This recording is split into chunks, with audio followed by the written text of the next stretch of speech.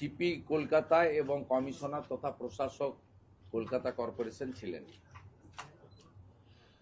তারাতলার ইনসিডেন্টে আপনারা জানেন এখনো রেস্কিউ অপারেশন চলছে। এনডিআরএফ লিড করছে, তাকে বাকি সবাই হেল্প করছে এবং এনডিআরএফ এর সঙ্গে আমি মাননীয় কমিশনারের ফোন থেকে কথাও বলেছি, তাদের ধন্যবাদও জানিয়েছি। তারা কতক্ষণের মধ্যে ক্লিয়ার করতে পারবেন সেটাও আমি জানতে চেয়েছি। দে আর ট্রাইং দেয়ার বেস্ট। দুটো জায়গা ক্লিয়ার করতে পেরেছে। এনডিআরএফ হোপফুল যদি আবহাওয়া ঠিকঠাক থাকে তাহলে আজকে রাতের মধ্যে তারা কমপ্লিট করতে পারবে টোটাল রেস্কিউ অ্যান্ড যা আছে আমাদের যা চলছে। আমরা গত পরশুদিন প্রেসকে বলেছিলাম, কালকে অ্যাসেম্বলিতে বিবৃতি দিয়ে বলেছি যে নির্দিষ্ট কিছু জায়গায় হাই রাইজ এবং কমার্শিয়াল বিল্ডিং সরকারি চালু থাকা দপ্তর এবং এমার্জেন্সি সার্ভিসেস বাদ দিয়ে আমরা 31 জুলাই পর্যন্ত একটা স্পেশাল অডিট করছি। সেই অডিটের যে টিম ইতিমধ্যে নোটিফিকেশন হয়ে গেছে। আমাদের এসিএস র্যাঙ্কের আধিকারিক রাজেশ পান্ডেজি লিড করছেন, অনেকগুলো দপ্তর আধিকারিকরা আছেন এবং দুটো এক্সপার্ট সংগঠন আমাদের রাইটস এবং আইআইটি খড়গপুরকেও রাখা হয়েছে। এগুলো আপনাদের কাছে এসে গেছে, আমি নতুন করে বলবো না।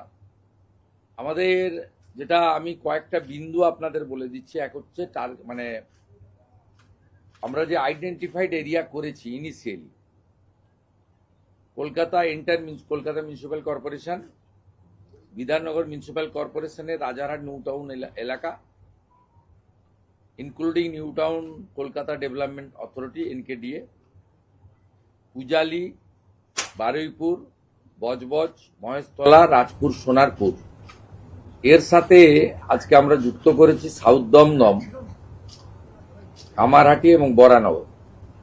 আর part of HMC, part of Bally, মূলত গঙ্গার পাশে যেগুলো আন্ডার কনস্ট্রাকশন আছে সেটা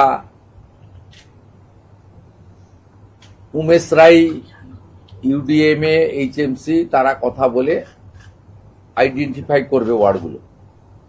সেখানেও কিন্তু আন্ডার কনস্ট্রাকশন গুলোর ক্ষেত্রেই বলা হয়েছে রেল, মেট্রো রেল, আমাদের সরকারি যে কাজ, কোর্টের যে কাজ, এনএইচ এর কাজ, স্টেট হাইওয়ে ডেভেলপমেন্ট কর্পোরেশনের কাজ বা অন্যান্য যে সমস্ত সেন্ট্রাল এবং স্টেট গভর্নমেন্টের যে কাজ রয়েছে সেই কাজকে এর আওতার বাইরে রাখা হয়েছে।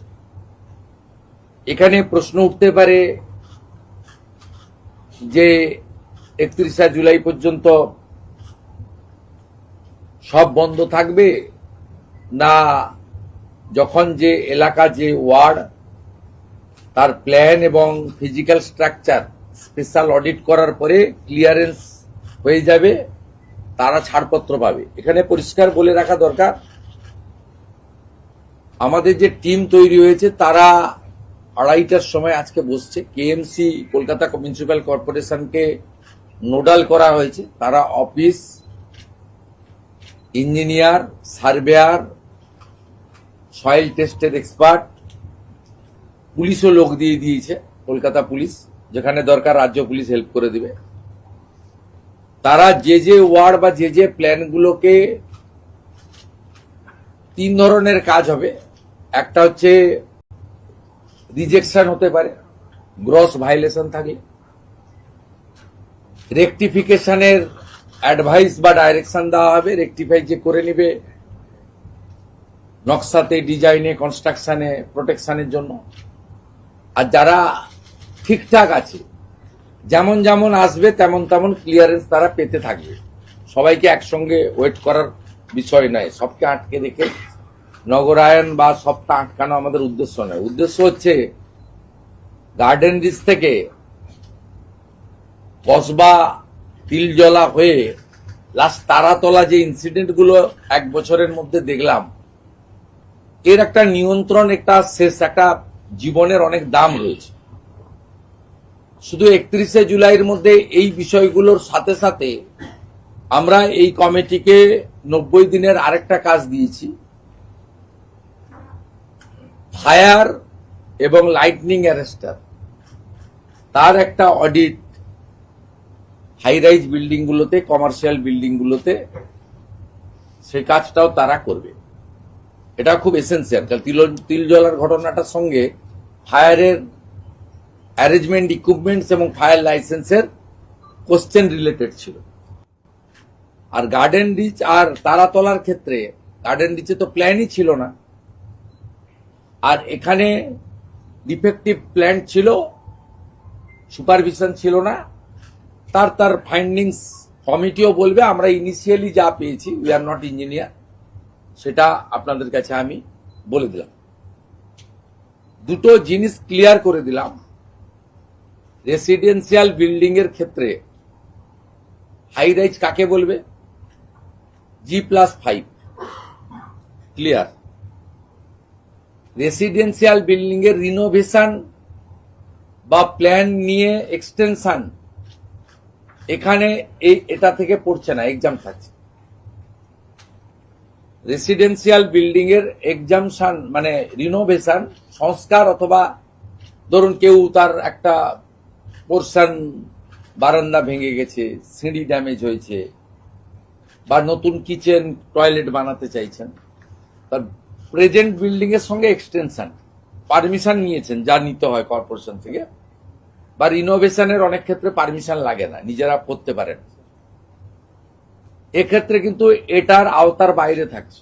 দয়া করে কনফিউশন ছড়াবেন না। হাই রাইজের লেন্থও বলে দেওয়া হয়েছে G+5।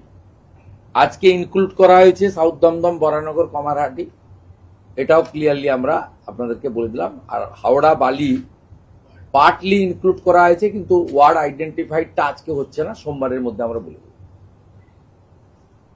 এক্ষেত্রে আপনার ওই যেগুলো গর্ত করে রেখেছেন, সাইট খুলে রেখেছেন, আর ওই ডেঙ্গুর জল জমা, এই বিষয়গুলো ক্লিয়ার একটা অ্যাডভাইসারি, আমি বলবো না, ডাইরেকশন প্রিন্সিপাল সেক্রেটারি UDMA দেবেন ফর দিস এরিয়া।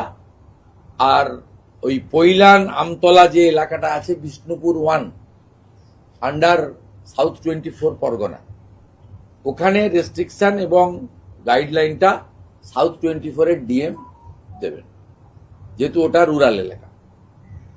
বাকিটা UDM এর principal secretary by the approval of the UDMA minister, উনি একটা বিকেল 5টার মধ্যে ক্লিয়ার গাইডলাইন অ্যাডভাইসার দিয়ে দেবেন। এখান থেকে বেরিয়ে আধিকারিকরা under the leadership of the SCS Rajesh Pandey, ওই কমিটি আজ থেকে ফাংশনিং শুরু করছে, এবং খুব দ্রুততার সঙ্গে আমরা কলকাতাকে, মানুষের জীবনকে বাঁচাতে চাই, এবং সেই কাজটা করা হবে। সবাই মিলে আমরা কাজ করব।